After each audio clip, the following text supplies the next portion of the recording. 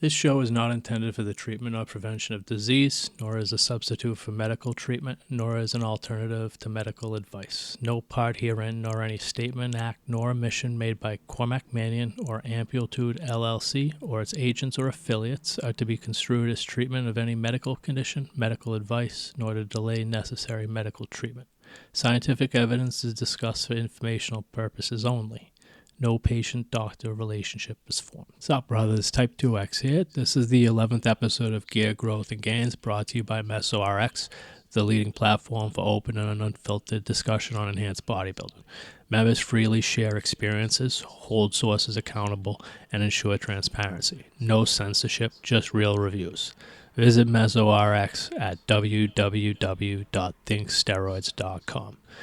If you want to subscribe to the Gear Growth and Gains newsletter, my semi-monthly 1990s style email newsletter, for those of you who are too young to have even heard of Dan Duquesne or Usenet, that means straightforward, descriptive, scientific, without bells and whistles. Visit amplitude.com and click sign up for Type-IIx's newsletter.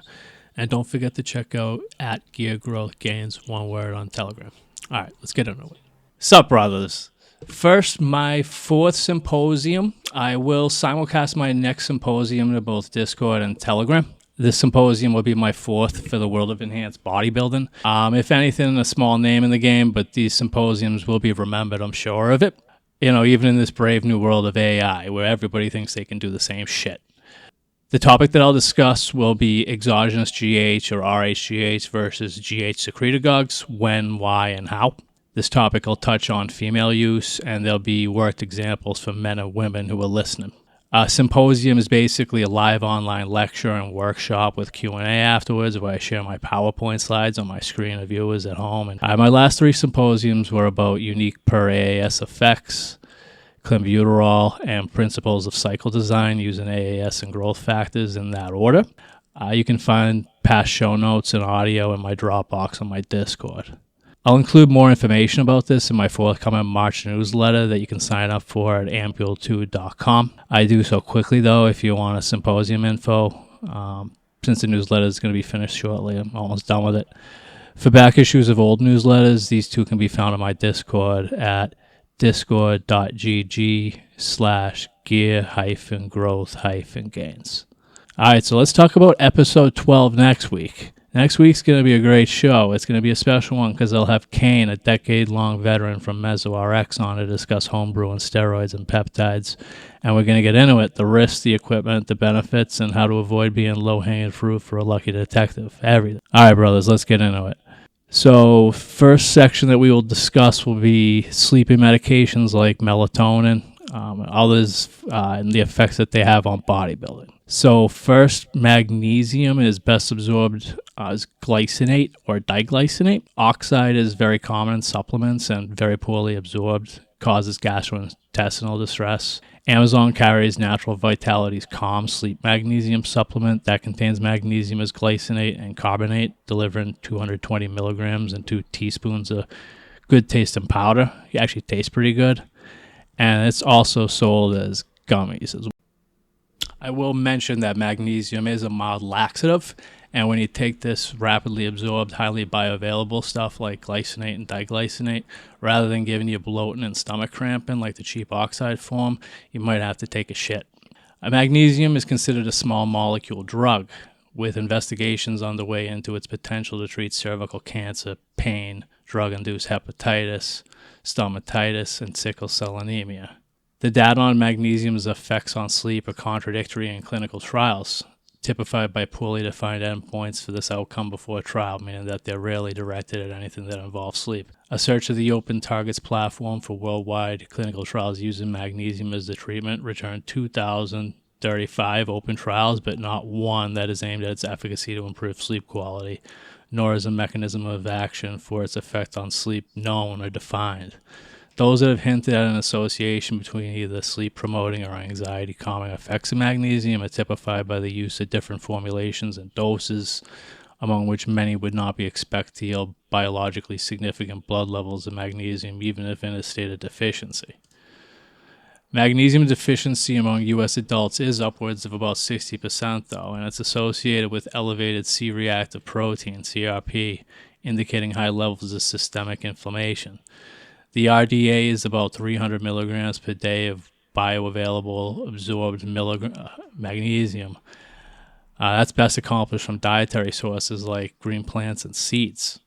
I personally do notice a consistent mild calming effect at nighttime. If I take magnesium glycinate before bed, I'll take that natural calm stuff, especially if it's been some time since I last took it. I also notice crazy but pretty enjoyable dreams when I take ZMA, a supplement all you bodybuilders should be familiar with as our collective cover story for how we all gain 40 pounds of lean body mass between spring and summer.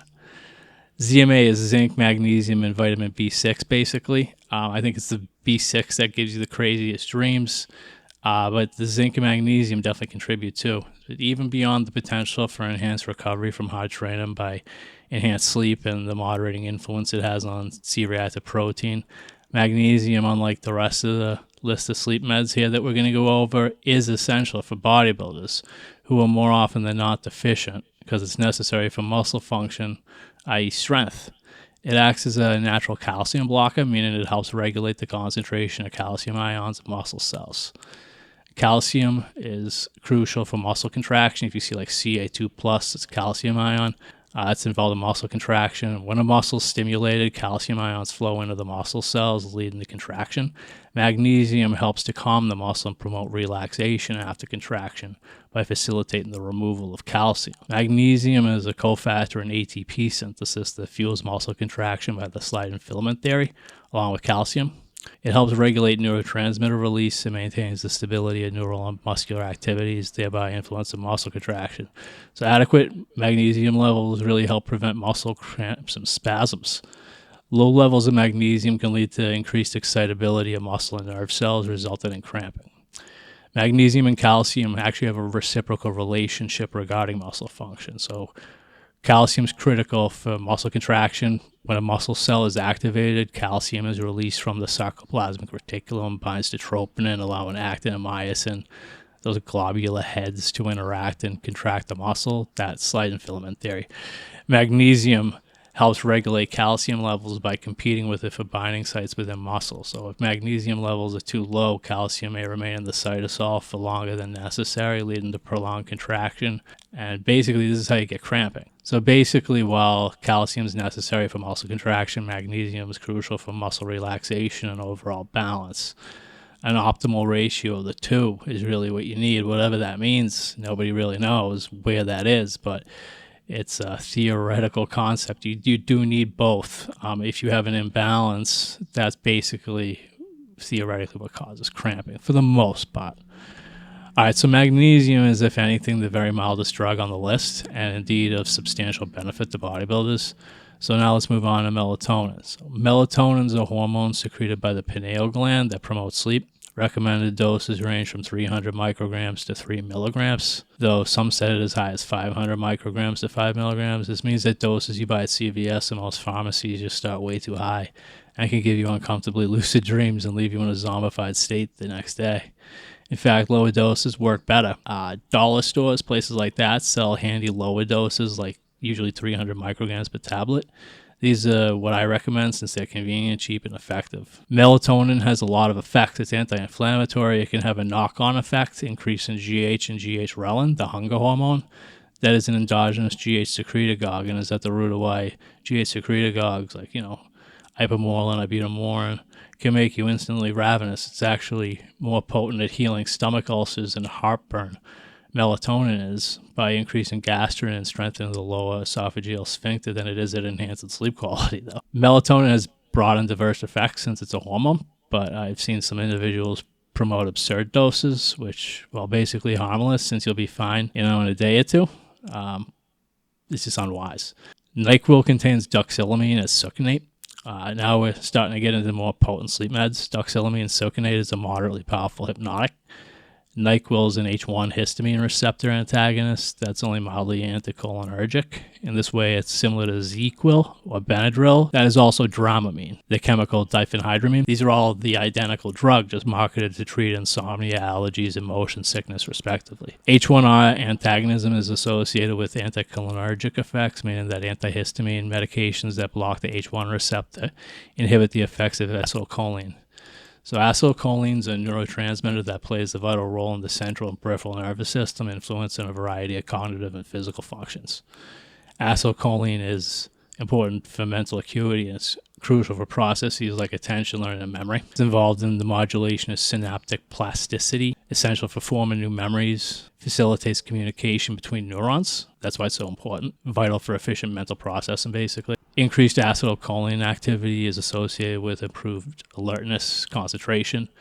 Higher levels of it have been linked to enhanced executive function, which includes problem solving, multitasking. So acetylcholine is essential for muscle contraction as well. It transmits signals from motor neurons to muscle fibers, enabling coordination and lifting heavy weight. It also improves reflexes if you're an MMA guy. Acetylcholine even regulates cardiovascular function during exercise, contributing to endurance. It may also be involved in recovery post-exercise by facilitating muscle repair and adaptation. During intense physical exertion, cognitive focus is essential. People think they have willpower, but really you need some acetylcholine in you. The release of acetylcholine basically helps maintain concentration. Acetylcholine inhibition by Benadryl or ZQL, meaning diphenhydramine, is one of the most terrible choices. Maybe after propofol, that shit Michael Jackson OD'd on to sleep at night if you're a bodybuilder. It's because acetylcholine inhibition by H1R antagonism just basically makes you fat, lazy, and stupid. Mirtazapine or Remeron is an atypical antidepressant that increases the level of not only serotonin but also norepinephrine and noradrenaline. It can practically tranquilize an elephant. What many might find surprising is that resistance training potently increases serotonin levels, and that's actually what causes the feeling of CNS fatigue post-training. Serotonin makes you sleepy and happy. What's most interesting about mirtazapine for bodybuilders is its potent appetite stimulatory effects. So it's so potent at this, actually, that it's used in veterinary medicine for end-of-life treatment, like when an animal's kidneys are failing, to help them keep weight on. The problem with it is that you'll be so ravenous 24/7 that you're surely going to get fat. It's a good bulking drug, but it's too good. Trazodone similarly affects serotonin, acting as a serotonin modulator. It's often used off-label for insomnia due to its sedating effects. This medication, among all the rest, is the one that, when the dose is right, can be used to great effect.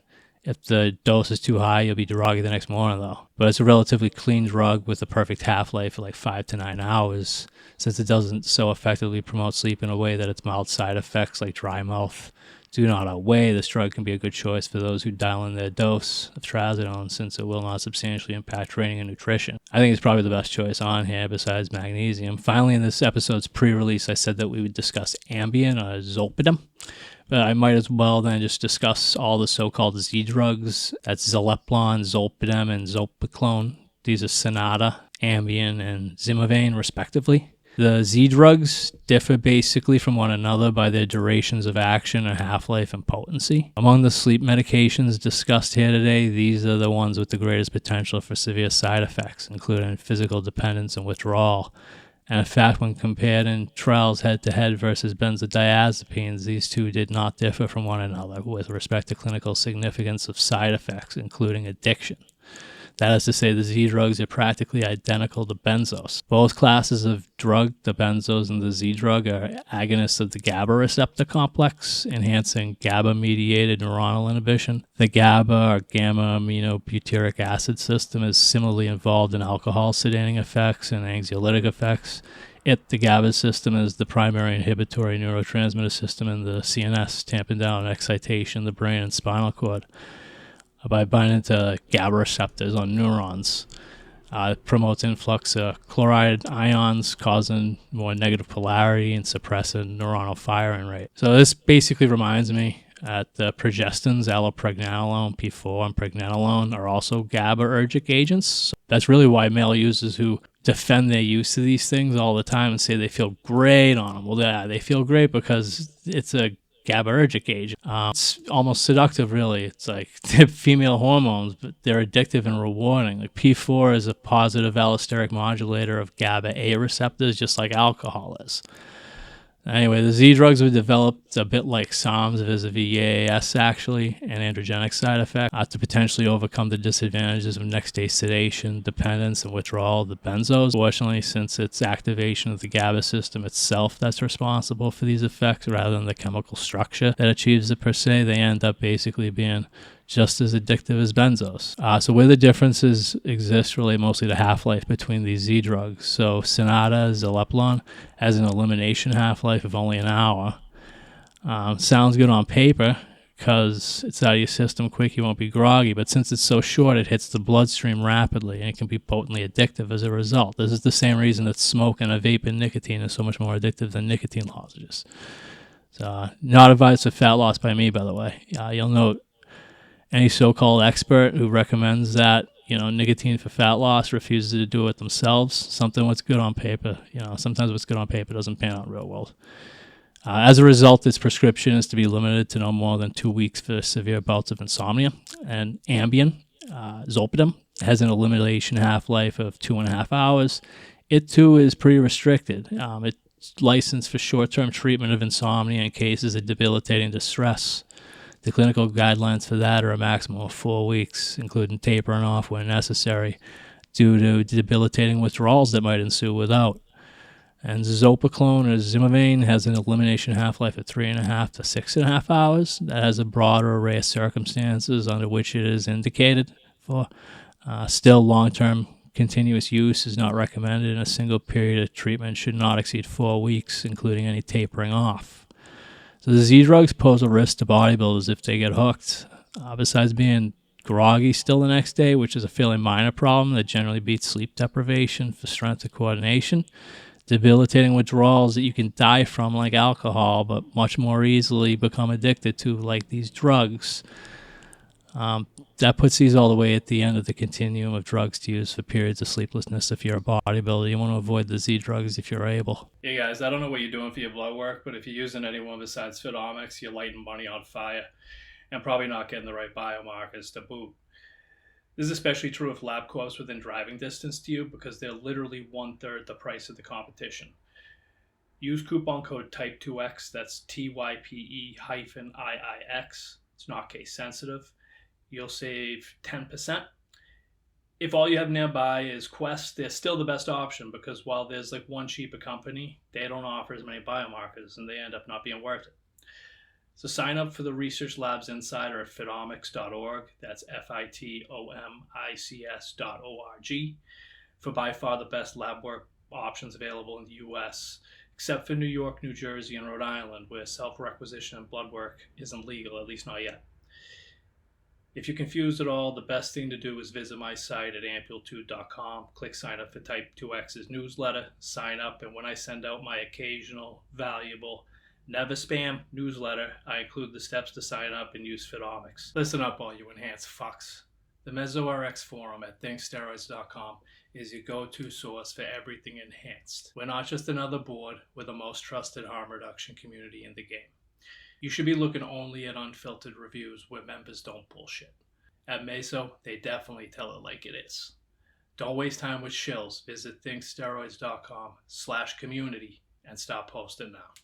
So part 3, let's discuss genetics and enhanced bodybuilding. So we'll talk about specific genetic markers too. So genetics matter. You heard it here first. In 2017, in the Theory and Practice of Physical Culture, Professor Aksionov and Ilyin, writing for the Russian State University of Physical Education, Sport, Youth, and Tourism from Buryat State University, wrote matter-of-factly, without fanfare, something that could have practically gotten him canceled from a United States university. He wrote, "People do not choose the most suitable sport for themselves. This is partly due to the fact that each individual starts training sessions having a certain potential. Some body structure features and body functions are beyond human control. In other words, people are limited to their genetic potential.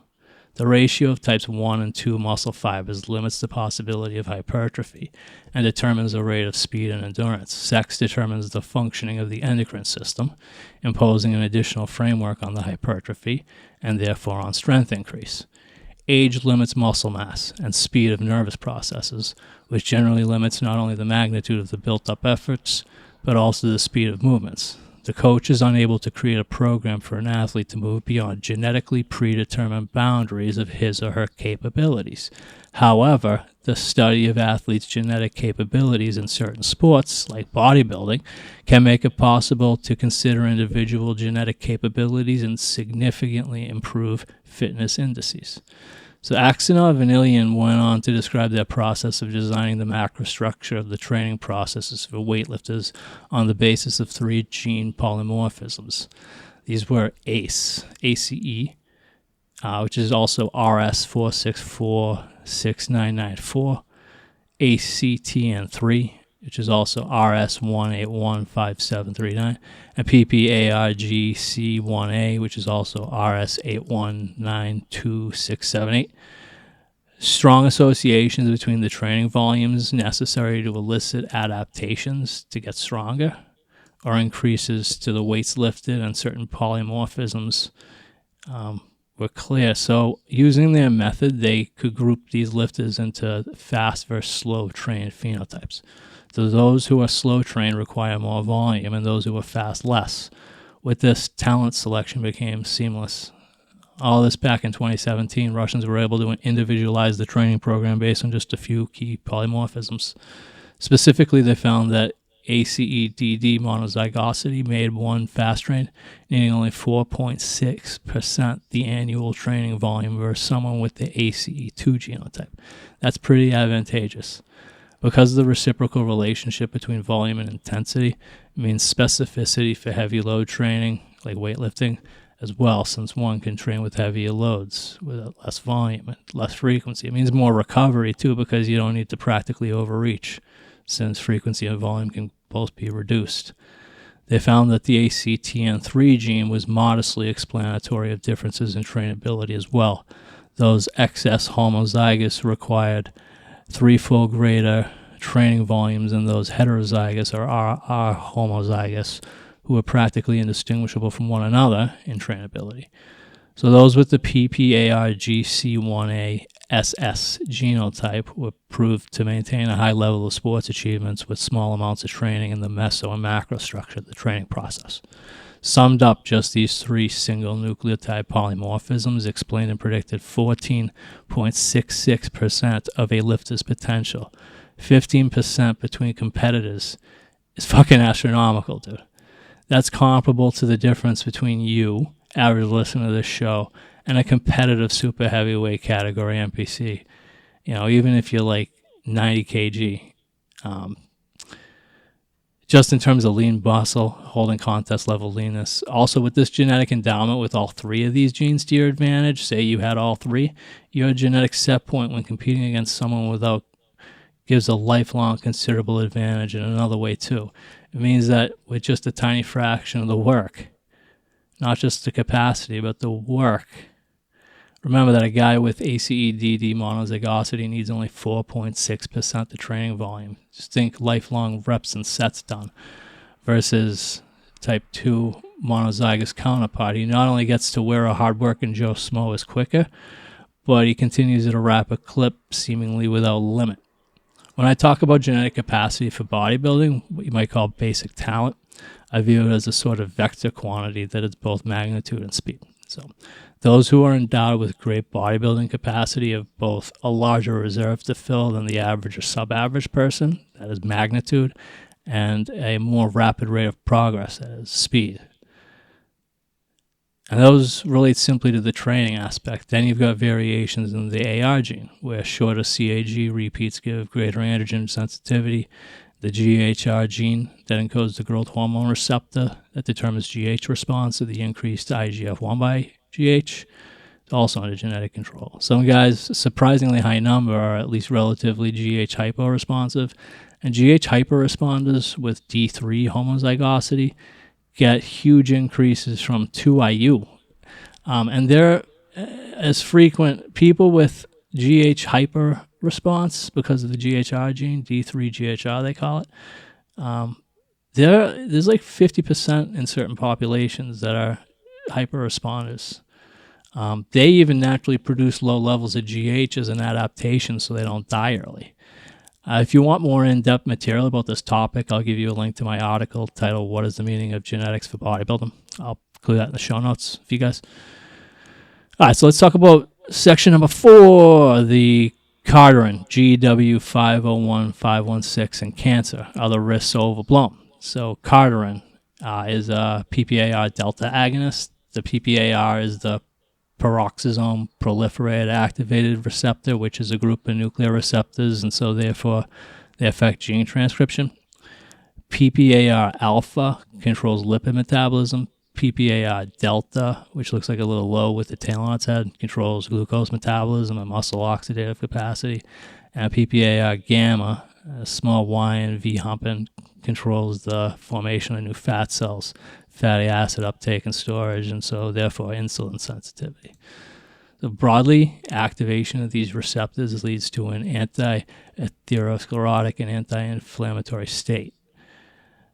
Now, fibrates are a class of compound that broadly activate all the PPAR subtypes, and glitazones, these are hard to pronounce, glitazones, I don't even say it, they're a pain in the ass.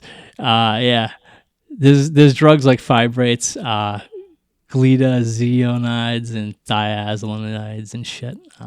Yeah, you can look into those. I don't know what any are, but they're out there, over the counter too, I think. So cardarine is a PPAR delta agonist that initially showed promise for partially reducing hyperinsulinemia, lowering LDL and fasting triglycerides, increasing HDL. And this next one's key, increasing cholesterol efflux capacity, or reverse cholesterol transport, whereby HDL protects the arteries. It's really the only clear benefit, the only unique effect of cardarine.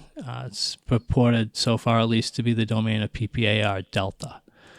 The clinical trials were conducted, concluded that cardarine merely counteracts the decreased HDL from switching to a sedentary lifestyle. Probably does improve insulin sensitivity, at least it did so in abdominally obese and dyslipidemic patients, lowered insulin resistance, HOMA-IR, H-O-M-A-I-R, you guys should be familiar with, by decreasing either blood glucose and blood insulin, reduced liver fat, and lowered circulating non-esterified fatty acids. Think free fatty acids, those things GH releases in an oscillating pattern after injection, and they cause insulin resistance too. Additional large study and summary of the clinical trials mentions that due largely to the cancer risk, the product would not be pursued to market. It was basically, they did this validated that some bodybuilders, a lot of bodybuilders who love their cardarine for some weird reason, they act like it's EPO. It's not. But people are very defensive about their cardarine. It doesn't really do anything. But it definitely causes cancer. We get to that. So PPAR delta activation produces a predominant type 1 slow twitch oxidative muscle fiber phenotype that leads to increased endurance, insulin sensitivity, and resistance to obesity. So consequently, cardarine will lead to strength loss for heavy resistance training and explosive exercise. So what about cancer? So cardarine is definitely carcinogenic. It failed what's called the 2-year rodent carcinogenicity bioassay. That is the standard used to measure carcinogen risk in new medications approaching market. So in the rat study, male rats were given 0, 5, 20, or 40 milligrams per kilogram per day, whereas female rats were given 0, 3, 10, or 20 milligrams per kilogram per day body weight. Not only did cardarine fail at supposedly crazy doses, but it did so at doses that are really common in humans. This is after applying a human equivalency formula properly. The highest dose of 40 milligrams per kilogram per day is equivalent to 43.25 milligrams daily in a 132-pound adult. It's not that crazy. Whereas the lowest dose of 3 milligrams per kilogram per day to a rat equates to 3.25 milligrams daily in that same adult. So the results showed increased mortality in females at all doses, with neoplasms considered related to cardarine in various tissues at all dosages, namely hepatocellular adenoma at 10 milligrams per kilogram per day, urinary bladder transitional cell carcinoma in males at 20 and 40 milligrams per kilogram per day, thyroid follicular cell adenoma, and the list just goes on. I'm not going to read through them all, but there's some of the worst cancers you can get. So I would not fuck with cardarine for no reason, because it barely does anything. So testes interstitial cell adenoma, ovary Sertoli cell adenoma, uterus polyp, and endometrial adenocarcinoma. It's got it all. Its unique effect, cardarines, really just boils down to what's called that cholesterol efflux capacity. The capacity of HDL particles to accept cholesterol from macrophages, which engulf oxidized LDL cholesterol. In cholesterol efflux, HDL particles reuptake oxidized LDL particles from macrophages in the arterial wall and transport it back to the liver. Macrophages can release their cholesterol by simple diffusion or through transporter proteins, the most important being the ATP-binding cassette transporter A1, ABCA1. This is likely one of the main ways HDL cholesterol protects arteries from deteriorating. So basically, whether you are going to use cardarine boils down to balancing its risk versus reward. To do that, you look at its improving insulin sensitivity, which it probably does via increased skeletal muscle oxidation, increased cholesterol efflux, which improves artery health via HDL and reverse cholesterol transport. It's really all it does. Whether that's worth a substantial cancer risk, strength loss for heavy resistance training, given the fact that you can just buy cheap, legal, effective fibrates and those glitazones, diazolidinoids, whatever the fuck, which effectively improve insulin sensitivity via PPAR gamma, just without cholesterol efflux and significantly cancer risk. All right, so let's get into this last section here, section number 5. So what are the Russian weightlifters doing behind the scenes? I'm into the sport of weightlifting. I used to compete. I coach guys. Got more into the bodybuilding side now, but I like the sport. And the Russians have always been mysterious, and they're really fucking good athletes, especially in that sport. So what are they doing behind the scenes? To answer this question, I'm going to refer to files that I mirrored from the Mirta board that I translated to English from Russian before the administrator took it down after the fallout from the Icarus movie. This site was crazy. It was really sophisticated sports doping for the Russian national weightlifting team and hopefuls. Everything was discussed. It was decades ahead of its time, and nobody else might ever have the gall to do it again on the open, behind nothing but Cyrillic. The site has accurate detection windows of virtually every PED known to man, some crazy biochemistry textbooks that look like nothing I've ever seen in English, as if they view the body, or the organism as the Russians call it, just completely differently. It's the dark arts, this shit. I won't share any of that with you today, though. So what I will share are some very interesting methods that the Russians are using to promote recovery from hard training. So what struck me most was the use of injected dexamethasone immediately post-training. This is in weightlifting to acutely double down on the exercise stress and promote catabolic action to the tune of 30 times more potently than hydrocortisone, the use of which has been rampant in cycling with a half-life of only 2 to 3 hours. Can be used then to totally suppress the inflammatory response that causes muscle damage by reducing the number of immune and white blood cells, suppressing the formation of antibodies. So dexamethasone, really potent glucocorticoid. It stimulates gluconeogenesis, promotes the capture of amino acids by the liver and kidneys. And here's something very important to note. Dexamethasone enhances the deposition of glycogen by stimulating the activity of glycogen and the synthesis of glucose from the products of protein metabolism. That basically means it supercompensates your recovery. Elevated blood glucose then activates insulin secretion. So in many ways, these effects are similar to what resistance training does and why overtraining causes illness. So this can let you overtrain without many of the downsides. It's why Russian weightlifters can train with such high volumes, 6 days a week, 2 to 3 sessions daily. Yes, anabolic steroids are used too, of course. A background of circulating androgens coupled with short post-training pulses of glucocorticoids like this is actually as close to the holy grail of performance. And then you add insulin and growth hormone, that shit seriously adds up. So it'll be very interesting to those who follow the sport of weightlifting at all to see the Russian team come back after 3 to 4 years of pariah status. Do you think they'll have spent the time sitting on their asses? You think that in the Russian sports system, the master of sport, and not merely held back from combat during times of war because the national interest is sport. Now, personally, I think the Russians are going to come back with a vengeance. I'm looking forward to them coming back to sport, personally. I don't think they're going to take that sitting down. Not going to be humiliated. So I'm looking forward to that. All right, guys. That's it. It's the show. Thanks for listening. Good talking to you. And finally, just real quick, if you haven't checked out Bolus yet, I want you to visit bolus.amplitude.com and get a free preview of the book's table of contents and first chapter. It really is an outstanding book for growth hormone and its secretagogues for practical use, replete with protocols that range from GLP-1 drugs and metformin to insulin and IGF-1, and reference material throughout. Sections inside cover fat loss and building muscle, recovery from hard training, anti-aging, and detailed packaging and identification of specific gray market items. Attention serious bodybuilders, tired of unreliable information? MesoRx is your ultimate destination. We're the most trusted harm reduction community in the game. At MesoRx, we provide unbiased reviews of international and domestic sources. Our expertise, unmatched. Ready to level up? Visit thinksteroids.com/community now. MesoRx, where real bodybuilders get real results.